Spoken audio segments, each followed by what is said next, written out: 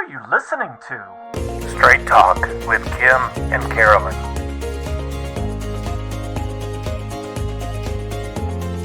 Welcome to Straight Talk with Kim and Carolyn. I'm Kim. And I'm Carolyn. And it's been a minute. Yeah. Or a few. But the great thing about it is how often people are asking, it's true. Where are you? We miss you. Are you coming back? What happened? Well, we just had a crazy couple months. Yes. That involved. And the whole world blew up in those few months. And I think it's unrecognizable right now too, right? I think we've all seen some things. Even today, I'm seeing a whole lot of people who are cool with the looting of the Treasury, but really upset about 20 people not voting for a certain candidate for speaker because that's who they want, and it's like disruption. I don't know. I think $2 trillion is disruption. But apparently that's an acceptable form of disruption. Well, and I don't know that the world has blown up. It's just been this steady string of explosions, and it just keeps getting worse. It just keeps getting worse. So we're on the other side of the November elections. Yeah, we've seen a lot of people sworn in. We've seen some not sworn in because we don't have a Speaker of the House and Congress. In our state legislature, we'll see some new folks that we've had on the show even. Yes, get sworn in a couple weeks when the legislative session starts, and. Yeah, we have a little bit of division in the Republican Party in places. Yeah, well, and here's the thing. We've had it for a long time, and I don't know that it's, this big tent philosophy. I don't know that it's such a bad thing. The problem is that those who aren't conservative tend to be bullies, and or oftentimes many of them do, and those who are conservative tend to allow themselves to be bullied, and I think people are saying enough now. And so you're seeing the division in a different way, right? Yeah, in our own state party chair, state GOP party chair, said last night, and I've heard him say this frequently, he's not a fan of the big tent analogy because a tent implies that you're movable and easily and quickly movable. And he points out that, the Republican Party platform, our set of core values, principles, beliefs have really not changed. So he likes to regard it as a castle, but it's a big castle. With huge doors. Lots of people in with big doors, big windows, but we're grounded and we're solidly, based in principles. And so we are seeing some movement in party leadership and in elected caucus leadership that is starting to show that Republicans are not okay with the status quo of moving away from principles. Right. And I was going to say, that's the problem with the status quo. The status quo is not necessarily grounded in that place of the middle where the Republican Party, a constitutional-based party, finds itself, which is the middle. I say this all the time. That is the negotiated middle for the founding of this nation. And so we have a whole bunch of people who want to compromise with the left consistently and absolutely refuse to compromise with the right, the people within their own party. Well, and you know what? The other thing that we've seen in the couple months since we podcast last is the revelation of how far some entities have gone, government and private, to suppress the speaking about these principles, the sharing of these principles, the warnings about the attacks on these principles. Yeah. And we're getting sort of daily Twitter, Elon Musk files that show, some of the absolute most corruption we've ever seen in our country. Yeah. The government with police powers and investigative powers, and absolute powers to take your life and liberty and freedom from you, using those powers with private entities, Facebook, Twitter, who knows, everything else we assume, or we have evidence, or at least some evidence. And it looks like even traditional media sources. Right. which we all kind of knew, the left-wing media. Yeah, But I knew we they hoped were that Twitter left-wing was a friend. We media. hoped that Facebook was. Yeah, I didn't know necessarily that it was being steered by government, and By probably government, right. has been for a long time. Right. So, but jumping back to this idea of what's going on within the party, the RNC chair is up for re-election, Ronna McDaniels. Yes. And so there is Harmeet Dillon, who most Republicans know because she's been around, done a lot. She is she not at this time the GOP chair in California? I don't recall. Or Is had she been? But she is a national committee woman in Yes. her state and does serve currently on the RNC. Has a vote and now wants to lead Yes. the RNC and replace Ronna McDaniel. And she makes some really good points. And maybe we can have our county party chair talk about what some of those main points are. Our largest, most populous county in Utah, the Salt Lake County GOP, Chris Null is joining us tonight. There was a call last night with Ronna McDaniel and a number of individuals in the state. Chris, let's just give you a few minutes to talk to us about your thoughts and what you're seeing and hearing on the ground with regard to this election. Yeah, thank you. Thanks for having me on, Carolyn and Kim. Appreciate it. Yeah, last night was very interesting. I was excited to be able to be invited to that call. I'm been talking to some other individuals about putting together a call like that, so I was glad to see that Carson was able to get that together. I was hoping that we could get all of our candidates on there. I wanted to ask questions of Ronna and of Mike. Mike Lindell, as far as I know, is still a candidate. I haven't heard otherwise, but I really haven't heard much from him. And then Harmeet, and who I'll tell you, to be honest with you, I was very impressed with last night. And I'm glad she came on. I think she touched on so many key concerns of mine. I can't believe, we've gone a long time as a party, flailing back and forth when it comes to resources and training and fundraising and different things. And I feel like it's time to kind of bring that all back together. And Harmeet, she touched on a number of things that I think are going to be important for us going forward. She talked about one of the things that she didn't really get into a whole lot, but I've heard her talk about previously, is kind of taking the country and breaking it up into different, call them districts. I forget how she refers to them. And basically organizing within those districts, because every kind of a West Coast and a Central and an East Coast, because every area does things a little bit differently, right? Yeah. And so I like that concept. I'd like to see how that, if she can give more detail on that in the future. But she has a lot of really great ideas, and her experience is really interesting. Like I said, I would have liked to have heard from all three. Ronna, I think, hey, I'm not going to complain. I think she's done a great job. But because I know how hard the job can be, yes. Right? I mean, I'm not going to throw anybody under the bus because this is really hard, and we're I don't know, maybe that position is paid, but this one isn't, and so right. I'm certainly not going to complain. But yeah, it was really good to talk to her. I asked a few questions through the chat regarding what kind of apps and what kind of resources she would provide, and she actually talked about how we can get those resources to each state and down to the candidates. And that's what we need. We really need coordinated efforts. We need not necessarily better data, but a way to manage the data so that it's more useful. And she talked about that. And so really impressed by some of the things that she said.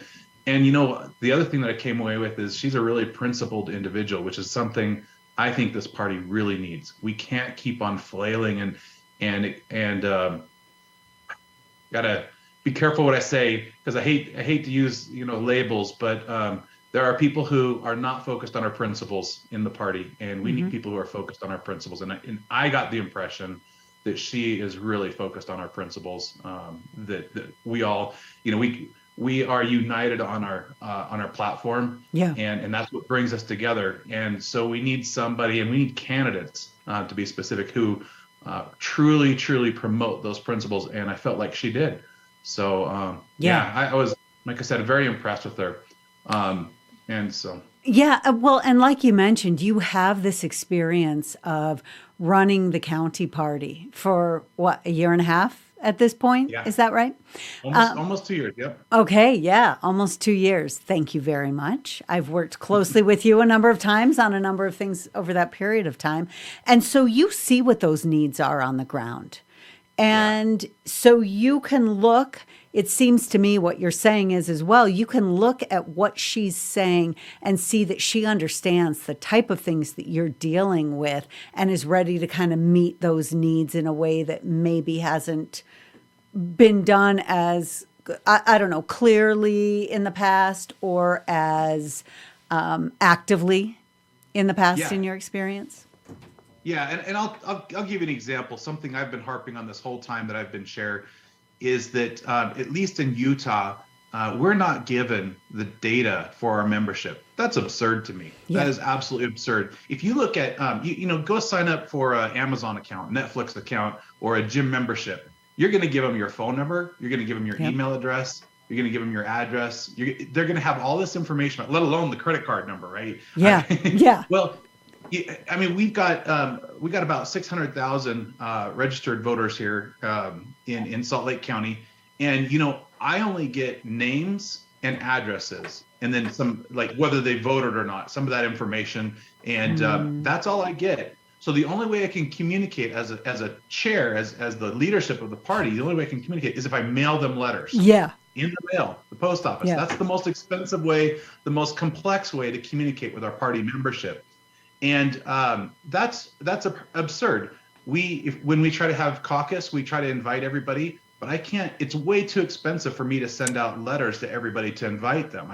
We just don't have those kinds of resources. Right. So I'm asking the legislature this year to give us those email addresses and phone numbers of our own membership. They signed up to be members of our party. They want to be a part of the party. Right. And the only way the party can represent them the way that we're supposed to is if we can communicate and is if we can get them out to caucus and if we can ask them, hey, how do you feel about this topic? Yeah. And that was kind of what I wanted to talk to Hermit about. And she immediately, I only gave her a couple of little questions, and she immediately dove right into that very same topic and said, we got to communicate better. And so that was, to me, that was impressive. She immediately latched on to, understood that was an issue.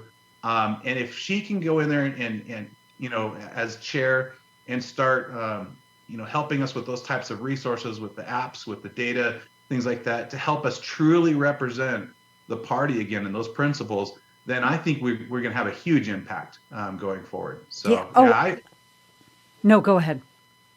No, I'm really looking forward to that kind of impact. I mean, 2024, it's going to be a crazy election year, right? We've got everything from county council elections, county mayor, we've got the governor, we've got the president, we got Senate. I mean, we've got all the races in 2024, and if we're flailing around like we have in the past, and we don't have the resources we need, it's not going to be successful. And so we really need to focus on that. And that's something I've been working towards, but I think with her help, or whoever becomes the chair, if they can help provide those resources, we will make a much, much bigger impact, especially here in Utah. Yes. Okay, awesome. I have a question for you. Do you know if, you talked about how difficult it is for you to get this data, that the party doesn't give it to you, the state doesn't give it to you. Do you know, did the Democrats in this state receive that from their national party? Do you have any idea? I've asked, I don't know. I've asked, of course I have my suspicions, but I'm not gonna go around saying that they're doing anything different than us, because that would, if they were, believe me, I'd be pretty upset to find out that they got the data and we didn't. I think it only makes sense that every party get their data. So, right. Well, but it's a private organization, so I can see, they have been amazing on data. If you remember when the Democrats have been, when Obama ran his first race, he credited his win for the way that he used data, which, by the way, you probably remember this, was the exact same way that Donald Trump, his campaign, learned and used data that same way. And that's when the world blew up and people got upset. It was that company in the UK and that was doing things on Facebook, which I remember studying what Obama did And because his digital team claimed that they were the reason he had so much success. And when the Republicans copied it, they decided that that was like an immoral way to use data. And they party membership data, right? right? That's absurd. And they legally went after on a legal basis this company and tried shutting it down because they had been doing things on Facebook. Again, the same things that Obama's people, or very close to what Obama's people had done just 8 years earlier. Yeah. But regardless, they have been good and always seem to be a few years ahead of us on the use of data. Right. So I would be surprised if they have not been giving it to their state party. Yeah, you kind of mentioned, you kind of touched on social media. That's something else. I said, hey, we've got to get back into social media. We've struggled, right? We've got Elon Musk. You guys talked about the Twitter files. Yeah. We've got Elon Musk trying to right some of that wrong. But let's be honest, we haven't used social media effectively and as a party, and that's something we've got to fix as well. And we need some training, we need some advice, we need some tools, there's a lot that needs to be done there. And there's over 3,000, I think it's almost 4,000 counties in the US. And we're the 21st largest in the US. I don't know if you realize that. Yeah. No, I did not. 21st or 23rd, something like that. And so, you think about that, and if we're not using social media effectively, and the Democrats are, they're out there. They are. Yeah, and then we're not effectively communicating like they are. Yep. And something else that she mentioned, and I knew I've been feeling the same way. Something else she mentioned is we spend a lot of money on commercials, on kind of the old school messaging, and it just doesn't work anymore.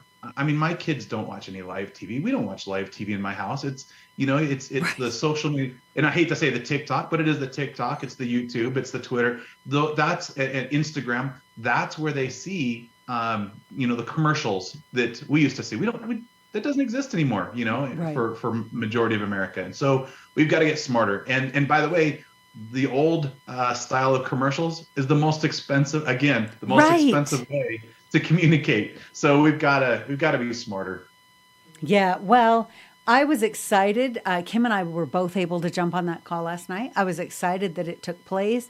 Glad to see that you were on there as well. And I think if we can make some changes in the way that our party has always done business, I think we will be able to gather some momentum for good change, where we have a party that is responsive to the people that it's claiming to serve and represent. And I think most people I know who are members of the party, and I've felt this way for much of my life, believe that the party really isn't that responsible to the people on the ground. And that needs to change.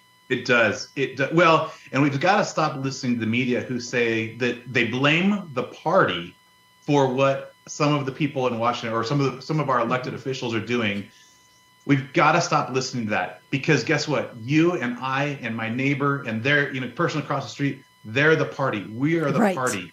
We didn't do that. What our responsibility is to nominate and elect somebody to represent us, and then for the media to turn around and blame us for what somebody has done in Washington is absolutely wrong. So we've got to change that narrative a little bit. We've got to think of the party as what it is. It's the way that we unite, and it's the way that we promote our principles. What they do in Washington, that's just what, that's their history, what they've done. And what we've got to look at in the next election and say, yeah, you know what, you did that, we're not going to reelect you. Or, hey, you did that, you're the kind of person I want in there, right? And so that's what the party is. We're not responsible for the $1.7 trillion omnibus. Right. That's the people who went to Washington and voted for that, and we've got to get those people out of there, because we can't afford to keep on doing things like that. No, absolutely not. So I have a closing question for you. Thank you again for joining us. I know this is a busy time. It's the Salt Lake County Lincoln Day dinner coming up that you are getting ready to prepare for in fewer than 24 hours. And so are you willing to talk for just a minute about your thoughts and what you're hearing as far as where the people in Utah are from the communications that you've received based or on this speaker's race in DC? Yeah, absolutely. I'll tell you what I think. Now, I don't have a vote, so That's right. take it for what it's worth. I'll tell you, overwhelmingly, the people have reached out to me. I've got emails, tweets, I've got texts, I've got everything. Overwhelmingly, they do not want, Kevin McCarthy, right? They're pretty adamant. Now, who do they want? I think a lot of people say, what's his name? Jim Jordan. Jim Jordan, thank you. Yeah. Yeah, I wasn't expecting to ask the question, but yeah, Jim Jordan. I get a lot of that. I hear a lot of Andy Biggs. But I think the problem is this: these individuals, as much as I think they're trying to do the right thing and they're going through the process, they should have organized ahead of time. They should have said, "Hey, we've got a coalition that's large enough to truly, make a change." They waited too long. They're in a situation where now it just doesn't make sense. There's not a true leader in this group. And so, look, I think our representatives are doing the best they can. They know that Kevin McCarthy, they know his plan. They know who he is. They know how he works. I don't think that that's true for these other candidates. And I think it's unreasonable to last minute make the change. I think that's why we're seeing what we're seeing. And it looks bad, but it's actually really good. It's a really good debate. Yep. We get to hear what America is, well, at least what the party is saying about this, right? We've got the party members saying, "Hey, we don't want the old school establishment running the party anymore and running Congress anymore." And that's great that we're hearing it. Now our representatives need to hear that. It's like I said, it's probably too late to replace, the candidate for speaker, and they need to work with who we've got at this point. But at least they're hearing the message, and I think that that's a good thing. And I think in the long run, this process is healthy, even though it's taking a long time. Yes, I really am sick of people saying it's a circus and this and that. I don't want to hear that. This is a process, and it's a good process. It's a healthy process. Yep. Yeah, I totally agree. In fact, I've said to a number of people, I'm more interested in winning the war than the battle. And this could affect pretty significant change in a number of ways. First of all, 100%. if they get concessions out of this, since when have you seen a Republican stand up and not give in to at least 50% of what the Democrats want, right?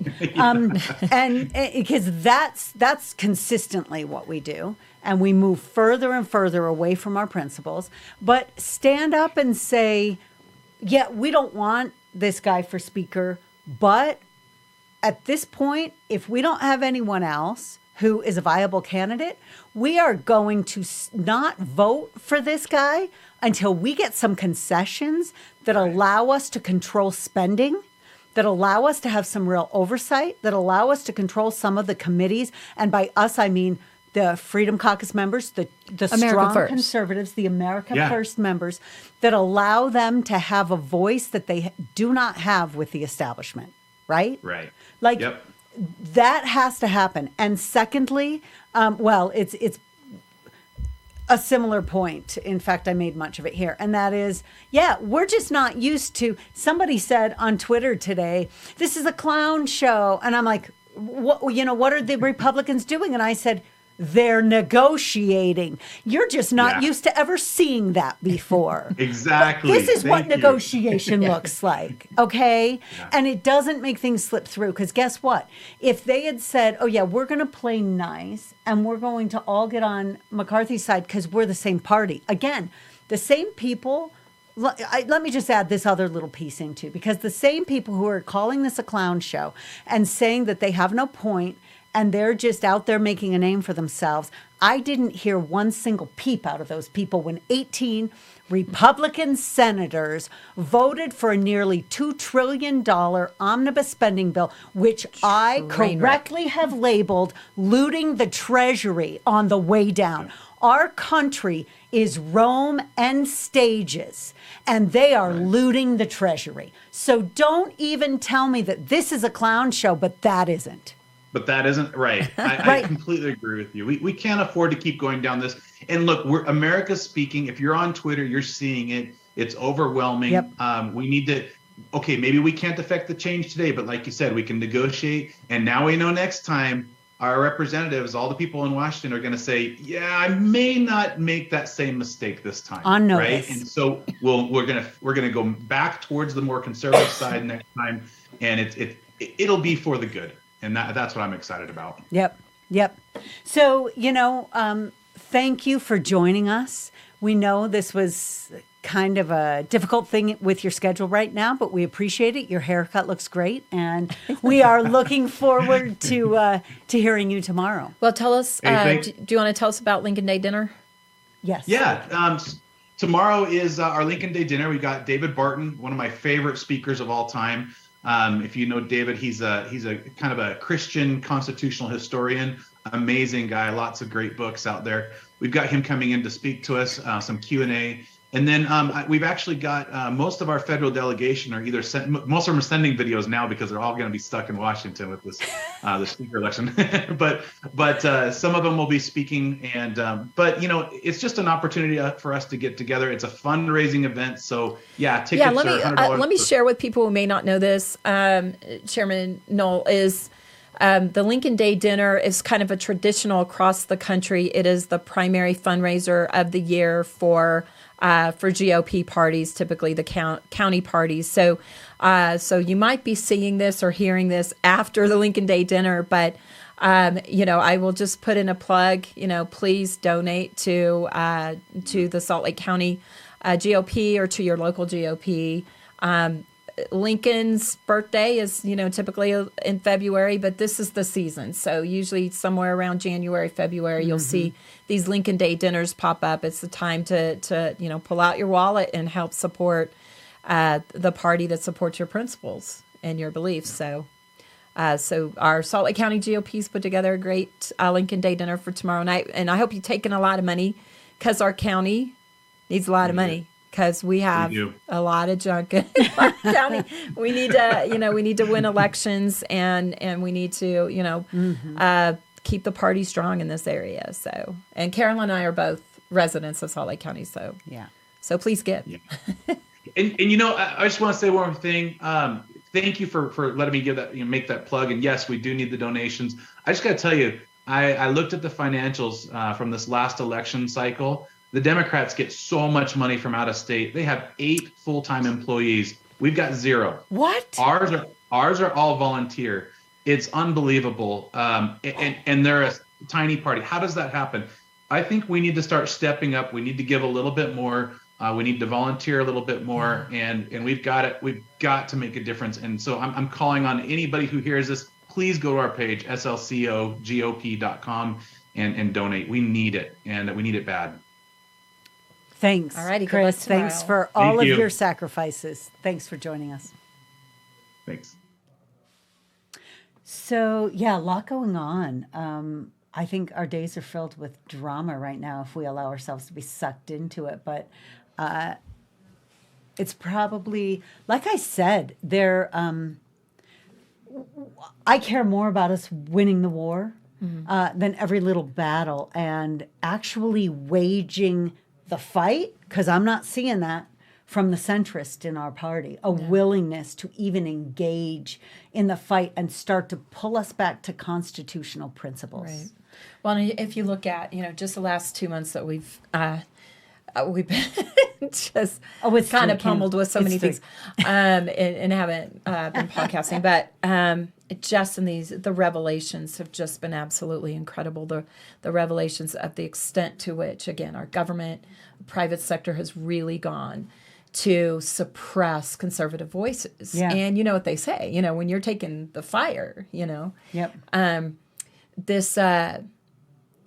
They are really under attack, our very core values and beliefs. So we've seen an election cycle with, in Salt Lake County, we've had some seats flip, but nationally we've had some real disappointments, some real frustrations. And when you see how far some of these entities, again, just the horrible marriage of some of our law enforcement agencies with the private sector, We have a lot of work to do. We need a lot of help. And why don't you also just share real quickly the work that you're involved in right now? Because that happened right before we kind of had our little break there with your organization. With Freedom Front, our Yeah. big event. Yeah, that was probably where it started getting us just totally off track. So we had a really awesome event up at the ranch of the House Majority Leader in the Utah State House, Mike Schultz, and had a whole lot of people there. We did a half day of pistol training, defensive training. In fact, even last week I heard heard some comments from some people about that. It has been ongoing. It was amazing, really great training from some former military, special forces, Army Rangers, and people just learned so much and enjoyed kind of the camaraderie there. Then we had a dinner where Harriet Hageman spoke to us. Congresswoman. Well, actually, she hasn't been sworn in yet. That's true. Because we don't have a speaker. Harriet Hageman. Representative-elect. Yes. Harriet Hageman. Oh, she's amazing. Yes. I mean, please get her sworn in and get her on that Judiciary Committee as fast as you can because she's going to be a so powerhouse. many people actually that night said, "Oh, I didn't really know much about her, but wow, yeah, she's amazing. She's going to be." So Wyoming, she ran against in the primary against Liz Cheney. So that was a good win, but a necessary win. But yeah, so with Freedom Front, we're working on a number of legislative priorities. Last year, ESG. Fighting back ESG. ESG is going to be big this year. I heard there's like a couple dozen maybe bills over on ESG. 3 dozen. Yeah. Okay.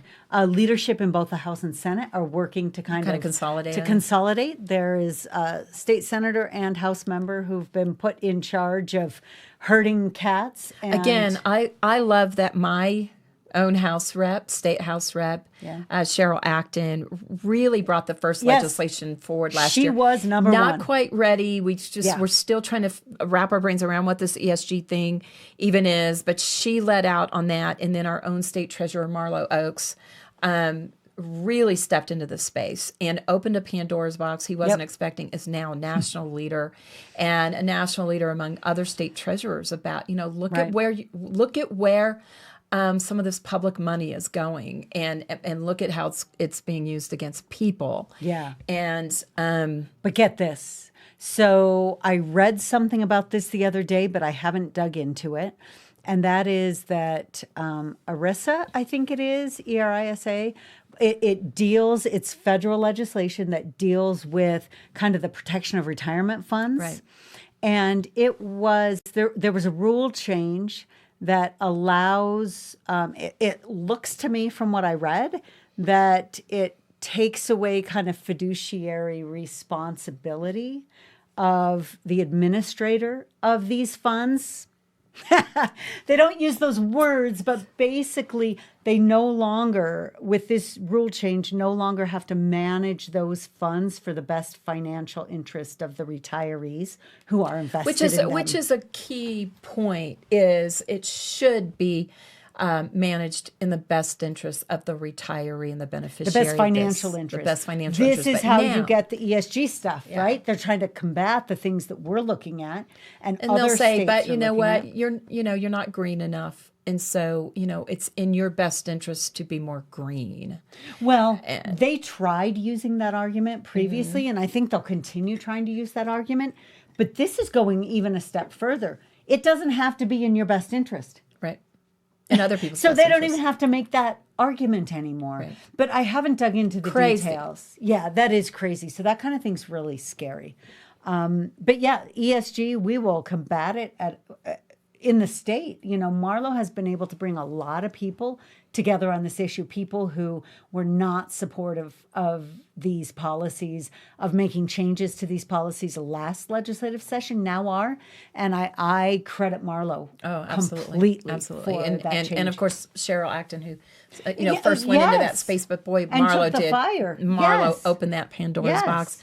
What else is Freedom Front working on? So, ESG? ESG, we have decided to pay some attention to the education choice movement. We were not at all involved in that last year. It was outside of the realm of issues that we were going to be concerned with, but my board has made a change there, and so we are watching that this year. And I've spoken with the Senate sponsor of that bill to make sure that there are not going to be in these funds. My biggest concern, kind of the hands of the government determining, making changes in private schools as a result of these funds going to those schools. Kind of stepped into a topic with a lot of foundation, but this is particularly regarding money following students to private schools. And I assume you're aware of this because this is an area that you tend to always be on top of, but I had not realized. So last year's bill, it was the money goes directly, I think, from the state to the school, right? Well, the money is for the family, and we could either pay it to the family directly or to the school directly. Okay, but was it educational savings accounts last year? Because that is what it is this year, and I hadn't known that. No, well, sort of. It had an educational scholarship account aspect to it, but generally, if a student qualified, they received a certain award that was statutorily set, and that money went to a qualifying school or to a homeschool family. Okay, yeah. This, like I said, I wasn't in the middle of it last year. We were not closely following it last year. Peripherally, yes. But so, yeah, it'll be education savings account. I've been told it's up to $8,000 potentially. And, I like the flexibility of an ESA. So we're paying attention to that. Oh, gosh, now off the top of my head, I'm trying to think of the other. Elections. Oh, gosh, election integrity, yes.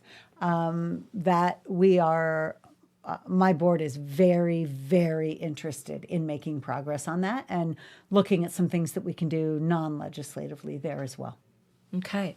Well, we are going to return again this year to doing some pretty heavy hitting, as real time as we can get during the legislative session, which we're about 2 weeks away from, right? 2-3 weeks and a half. It's a week and a half. Well, whenever it's Tuesday, coming. It's a week and a half. And I think we're going to pick up on keeping you apprised of what's going on in the legislature as fast as we can get some information. You're going to absolutely want to listen to us because our comments, our interpretations, our advice, our analysis is going to be better than anybody's out there. Of course. I mean, given, right? Yeah, that is a given. And we're more fun. No, actually, no one's ever accused me of that. Yeah, I don't think we're fun. I think we're going to mess up your day when you hear us inform you about the craziness. Can I just tell you, really, I had a conversation with my husband the other day, and he said, "Honey, you really can't talk to people like that. You depress people." Every conversation you have, you depress people. I depress myself. It's not me doing it. We cannot promise we'll bring you hope. That's for somebody else with a much higher power than us to bring. We're bringing you reality and what's happening on planet Earth. But maybe we could bring you some style and fashion tips because someone got a haircut since we did. Carolyn got a haircut. I got a haircut. And Fosmu got a hair length. He did, which also looks really good. He did. My hair's shorter than Fosmu's now. His is longer than mine. There you go. Yeah, it is. Mine is shorter than some of my boys. Yeah. Well. Well, so you definitely want to come back. We had a little break. We had so much going on, but we're back now, and we're ready to dive into the legislative session. Politics in general are picking up, and it is the craziest season. It's just the world is upside down. The world is. But I had this conversation with somebody yesterday, and I said, you've somebody who was just saying, all I can do is pray, man.